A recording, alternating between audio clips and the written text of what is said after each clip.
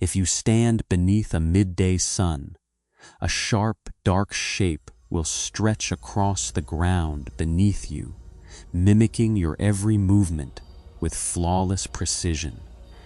We call this a shadow, and we treat it as nothing more than a trivial consequence of geometry. The mundane absence of light, where a physical body happens to block its path. But if you look closer, a quiet, unsettling paradox begins to emerge. Your shadow is entirely flat, a two-dimensional projection draped over the contours of a three-dimensional world. It has no depth, no mass, and no physical weight. Yet it exists because of your solid presence. Now, stretch that logic upward. If a three-dimensional object casts a two-dimensional shadow, what does a four-dimensional object cast? In the rigorous mathematics of spatial dimensions, the shadow of a four-dimensional entity is not flat. It is a fully realized, three-dimensional volume. It has depth. It occupies space. To an observer trapped in a lower dimension, that shadow would look and feel entirely solid. This raises a haunting possibility. What if your physical body, the flesh, bone, and breath you define as yourself, is not the primary actor in this reality? What if you are actually a higher dimensional entity, and the physical form you inhabit is merely the three-dimensional shadow you cast onto the fabric of our universe? Under this light, the dark silhouette on the pavement is not a separate thing at all. It is the lowest, most degraded edge of a vast multi-dimensional structure, stretching from a realm we cannot see down to the flat concrete. Your shadow might literally be the only part of you that touches another dimension. And if our true selves are anchored somewhere beyond our perception, it explains why the physical world behaves so strangely the moment we turn our backs on it. For decades, quantum physicists have wrestled with a deeply unsettling truth. The universe seems to shift, dissolve, and rearrange itself the moment we stop observing it. It is as if reality itself is a projection that only crystallizes into solid form when an observer demands it. To understand how deeply this mystery penetrates our daily lives, we have to look closely at what actually happens when we look away from the world. We like to think of reality as an ancient solid house. The walls are made of stone, the floors of heavy oak, and the roof of slate. We assume that when we leave a room and close the door behind us, the furniture remains exactly where we left it, bathed in the quiet dark. We believe that our presence is merely passive, that we are late arrivals to a pre-existing universe that would continue spinning perfectly well without us. Yet, when we peer into the foundational layers of matter, this comforting assumption evaporates. The subatomic particles that make up the stone walls and the oak floors do not exist as solid points when they are left alone. Instead, they exist as waves of probability, cloudy, mathematical smears of potential that occupy multiple places at the same time. They are everywhere and nowhere, waiting in a state of suspended animation. The moment a conscious observer measures them, or even looks in their direction, these cloudy waves instantly collapse into highly localized, solid points. The act of looking seems to force the universe to make a decision. It is as if the cosmos is a highly efficient rendering engine, only drawing the details of the room. When a player walks through the door, leaving the rest of the world as a formless, unrendered code in the dark. This phenomenon, known to physics as the measurement problem, is not a minor quirk of the microscopic world. It is a fundamental crack in our understanding of objective reality. It suggests that the universe is not a collection of independent things, but a dynamic relationship. Matter and consciousness are locked in a silent, perpetual dance, where one cannot exist in a definite state without the attention of the other. Why would reality require our participation to become real? If we trace this question to its logical limit, we find ourselves looking back at the nature of dimensions. Consider a flat, two-dimensional world, a plane of paper inhabited by two-dimensional beings who can only move forward, backward, left, and right. To these flat creatures, a three-dimensional object, like an apple passing through their paper universe, would appear as a series of surreal, changing shapes. First, a tiny point would materialize out of nowhere. It would then expand into a solid, widening disk, shrink back down, and suddenly vanish without a trace. The flat inhabitants would document this event as a miraculous violation of the laws of physics. They would calculate the shifting boundaries of the object, write complex equations to predict its behavior, and debate its meaning. But they would be entirely blind to the true nature of the event. They could not see the apple as a singular, whole, three-dimensional structure because their eyes and minds are locked in a lower plane. They can only perceive the slices of the apple that intersect with their flat slice of reality. We find ourselves in a remarkably similar position. We experience time as a linear sequence of moments, flowing from the past through the present and into the future. We experience space as three coordinates, but modern physics suggests that space and time are woven together into a four-dimensional fabric called space-time, where the past, present, and future all exist simultaneously.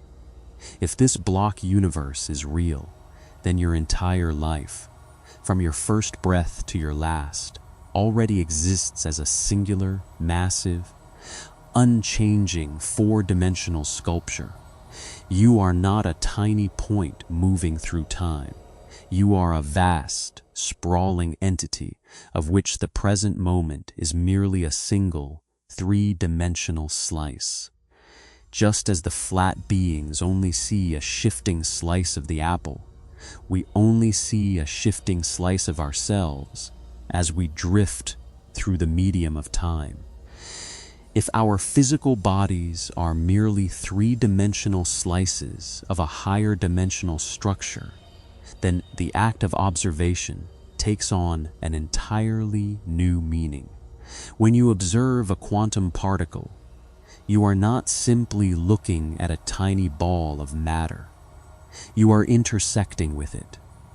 Your consciousness, which may itself be a higher dimensional phenomenon, is choosing which slice of the quantum wave function to experience. The moment you look away, that connection is severed. The particle relaxes back into its native state, a multidimensional wave of potential that spreads out across the unseen dimensions of reality. It is only when you re-establish contact, when you stretch your perception back out to touch it, that it is forced to project itself back into our three-dimensional theater. Your shadow, then, becomes a profound metaphor for this entire cosmic arrangement. It is the boundary where a higher dimensional object meets a lower dimensional surface. It is a bridge made of absence, a physical proof that there are structures in this universe too large, too complex, and too deep to fit into the narrow space we call the physical world.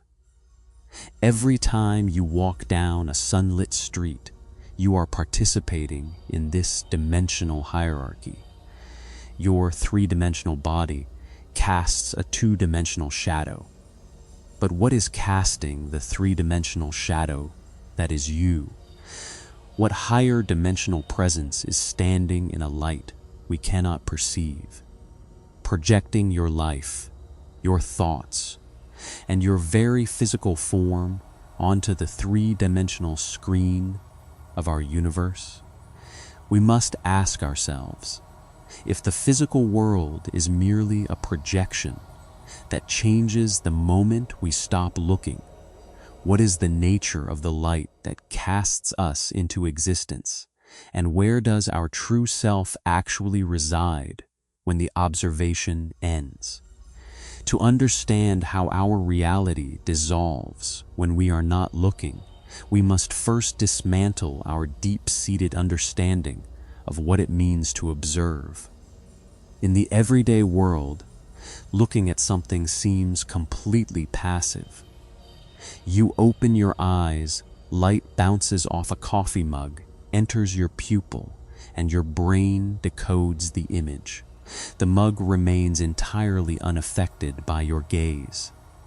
It is a one-way street of information, but at the foundational level of reality, this passivity is an illusion. To observe is to participate, to disturb, and ultimately to construct. In the language of physics, a measurement is not merely a glance. It is a physical interaction.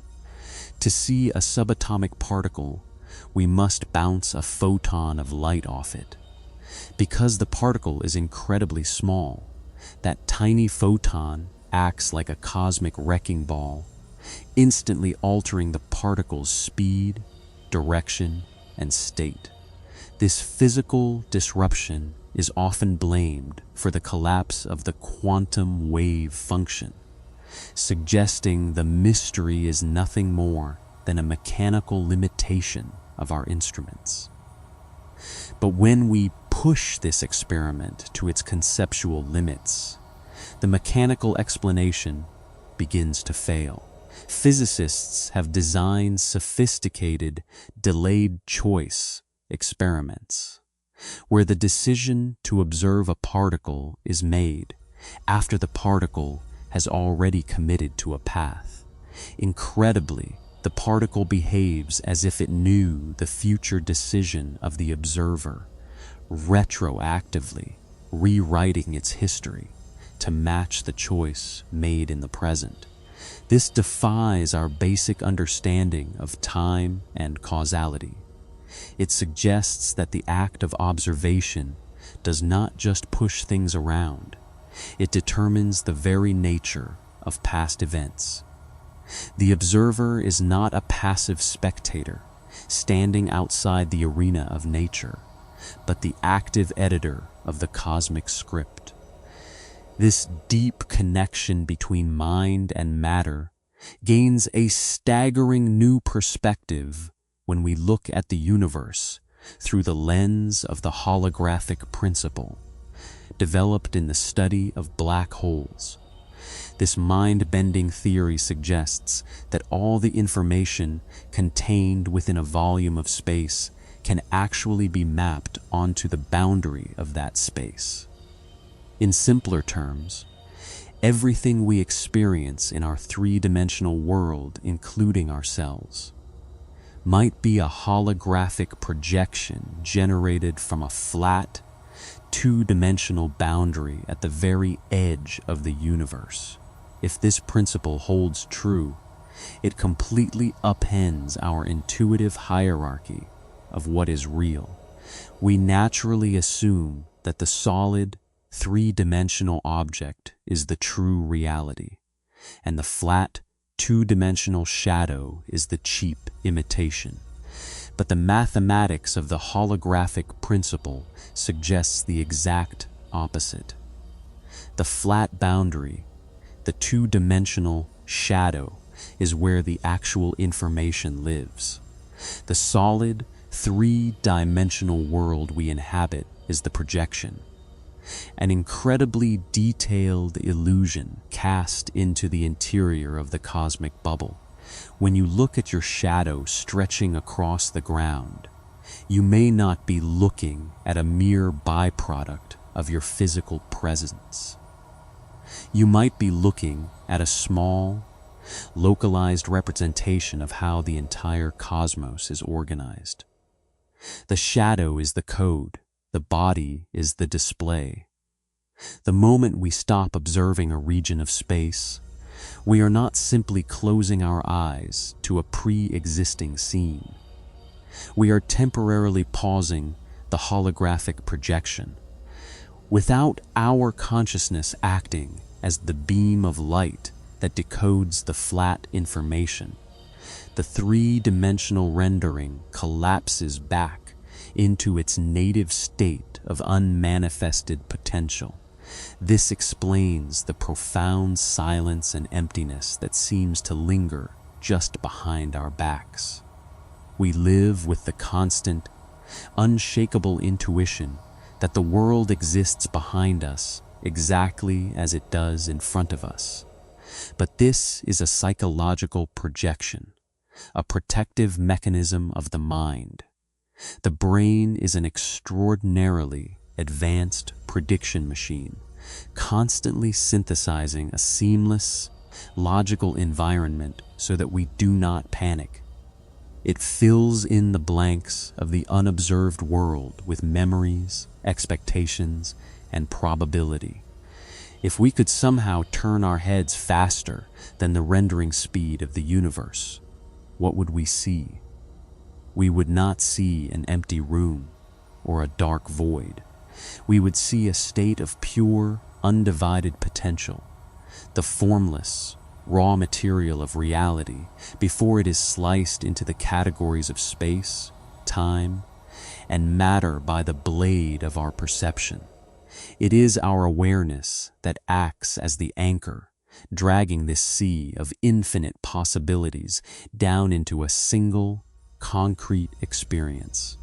But if our consciousness possesses such immense power to collapse waves of probability and materialize solid space, we are left with a deeper, more intimate question. Where does this awareness come from? If our physical brains are made of the very same quantum particles that require observation to become real, then the brain itself cannot be the source of consciousness. A shadow cannot cast a shadow of its own. There must be an observer standing outside the system, a primary source of light that remains unseen while making all else visible. If our physical bodies are three-dimensional slices of a vast, multi-dimensional structure, then our consciousness must also be rooted in that higher realm. Our brains are not generators of awareness, but biological reduction valves, lenses designed to focus a limitless, multi-dimensional consciousness into a tiny, localized point of view. We are like deep-sea divers wearing heavy, restrictive suits. The suit limits our vision, slows our movements, and forces us to experience the ocean through a narrow visor. We begin to identify completely with the suit, forgetting the wide, sunlit world above the surface from which we descended. In the same way, we identify with our three-dimensional physical forms, completely unaware that our true higher dimensional selves are standing in a light we cannot see, casting these solid shadows into the physical deep. To venture further into this mystery, we must step out of the laboratory and into the quiet halls of human memory. Long before quantum mechanics drafted its first equations, Our ancestors felt the weight of the dimensional divide.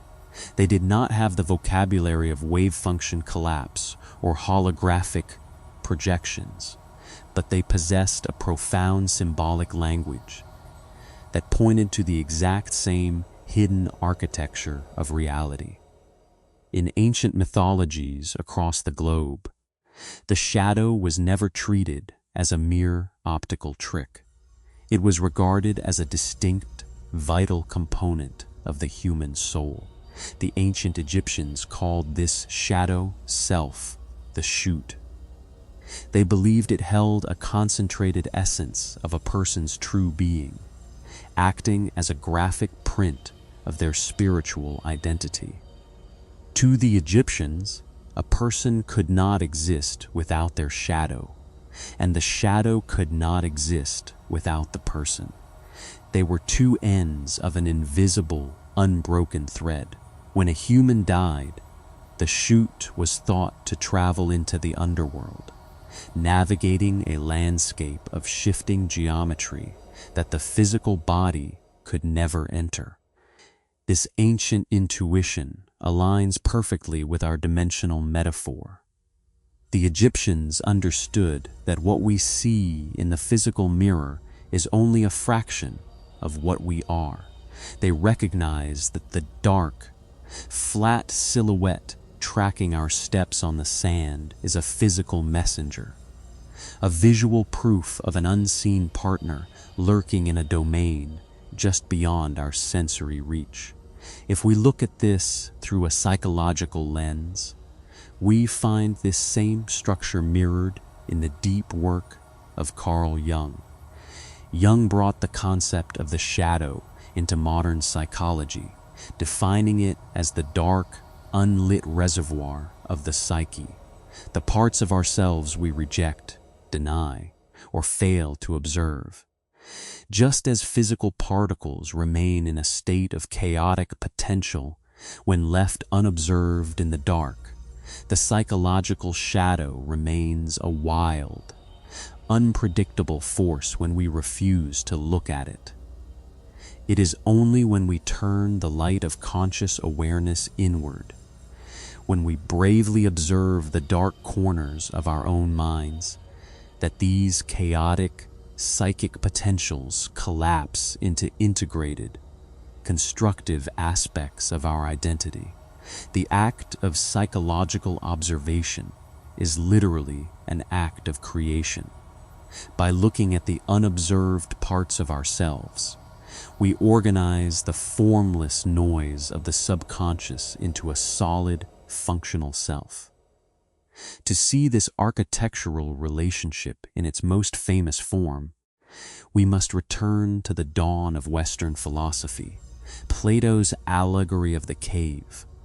Plato asked us to imagine a group of prisoners chained inside a dark, underground cavern since childhood. Their heads are fixed, forced to stare only at a blank stone wall in front of them. Behind them, a great fire burns, and between the fire and the prisoners, puppeteers carry various objects along a raised path. The shapes of these objects cast sharp, moving shadows onto the wall in front of the prisoners. Having never seen anything else, the prisoners naturally believe that those flat, dark shapes are the only real things in existence. They name them, study their movements, and predict their patterns. If a prisoner were suddenly freed, turned around, and forced to look at the actual objects and the blinding fire, they would suffer intense pain. Their eyes, accustomed to the dim, flat world of the wall, would refuse to accept the brilliant, three-dimensional reality before them. They would beg to turn back to the comforting, simple shadows on the stone.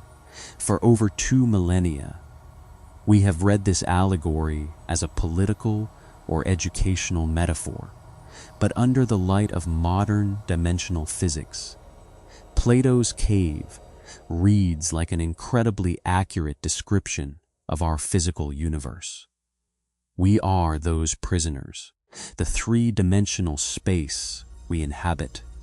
The room you are sitting in right now, the device in your hands, the solid earth beneath your feet, is the stone wall of the cave. The objects we chase and define as real are merely the three-dimensional shadows cast by a higher dimensional reality we cannot perceive. Our physical senses are the chains, locking our attention forward, keeping us blind to the brilliant, higher dimensional fire burning just behind our backs. When we observe the world, we are attempting to make sense of the shadows on the wall. But the moment we stop observing, the shadows fade. The wall goes quiet, returning to the unrendered darkness of the cave.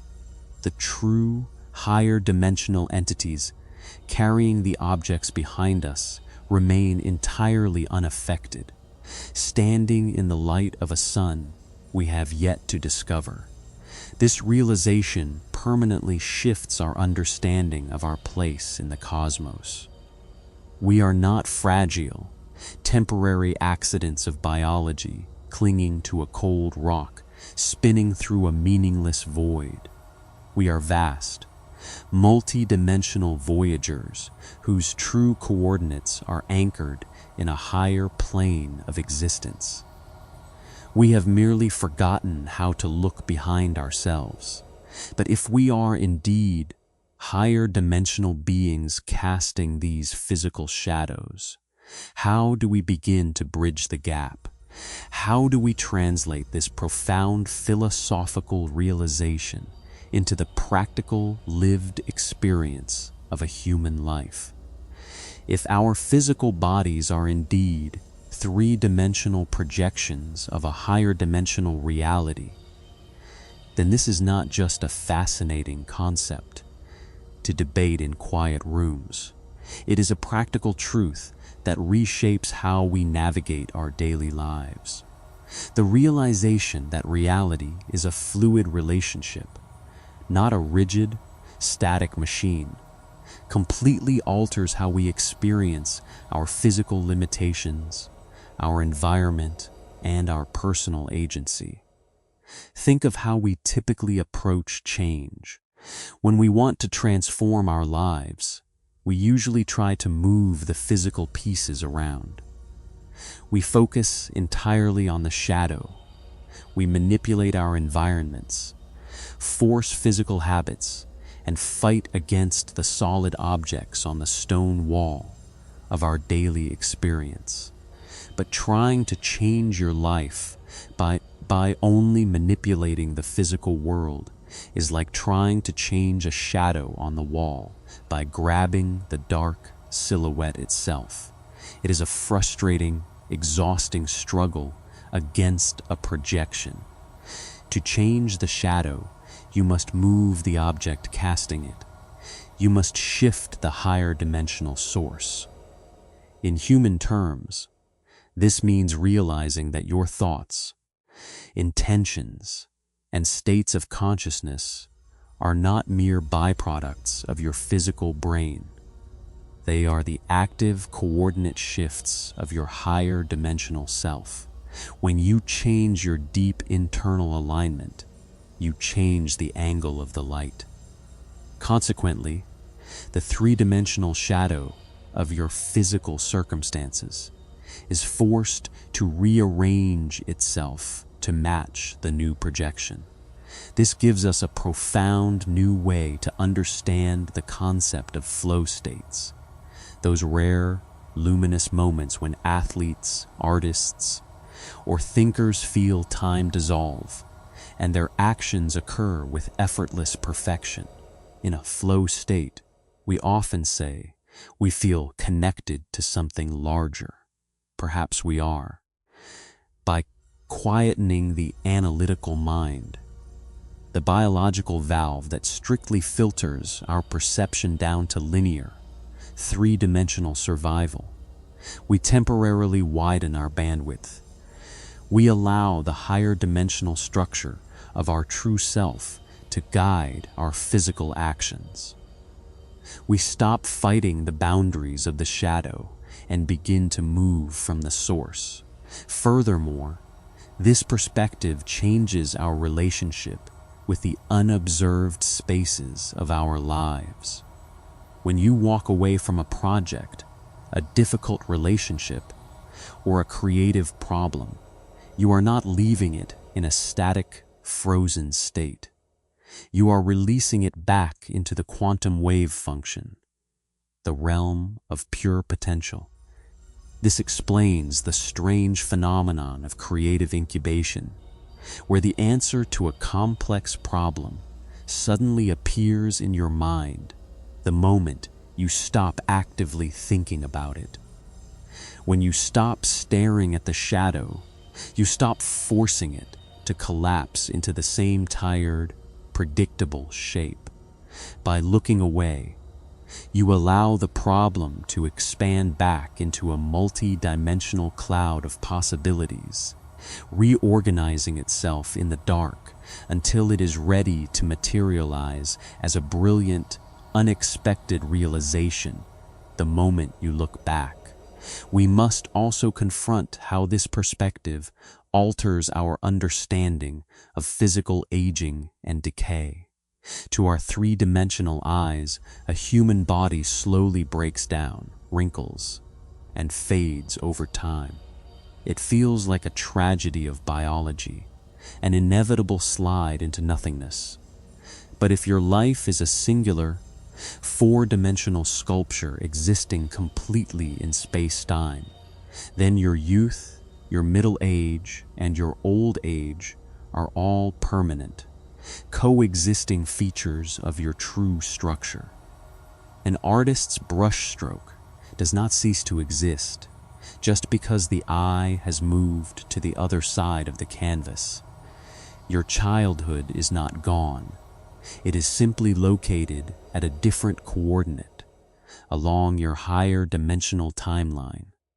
Every moment of your joy, your grief, your triumph, and your quiet reflection is permanently etched into the fabric of the universe, standing solid and whole in a light we cannot physically see. We are merely the travelers walking through the halls of our own grand design, shining the narrow flashlight of our current awareness onto one room at a time.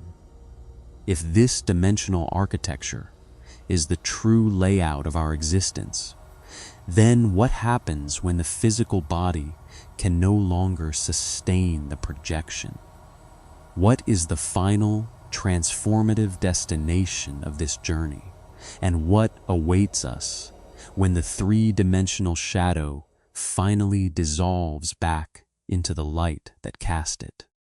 The dissolution of the physical body is perhaps the most terrifying boundary we face, a dark threshold that we traditionally call the end.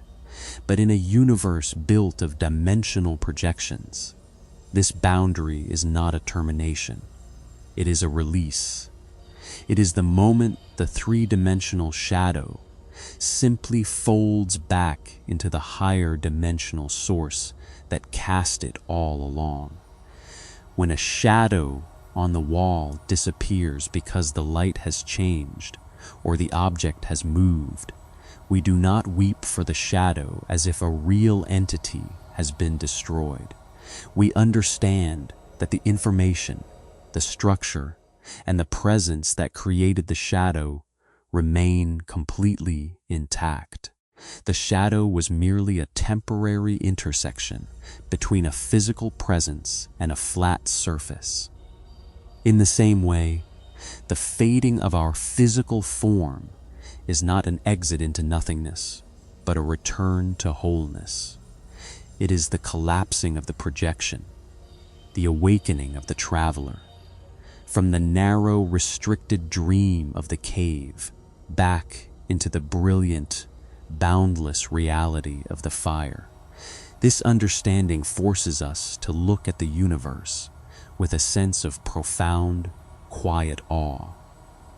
The next time you find yourself alone in the deep, silent hours of the night, perhaps at 3 a.m., when the world feels strangely thin and the usual noise of human activity has completely faded, pay attention to the stillness. In those quiet moments, the rendering engine of our daily lives seems to slow down. The solid, predictable walls of our reality, they feel less like permanent stone and more like a soft, translucent veil. You can almost feel the presence of the vast, unobserved wave functions waiting in the dark just beyond your perception, vibrating with infinite potential. You are not a passive spectator trapped in a cold, indifferent machine. You are a sovereign participant in a grand, multi-dimensional architecture. Your attention is a creative force.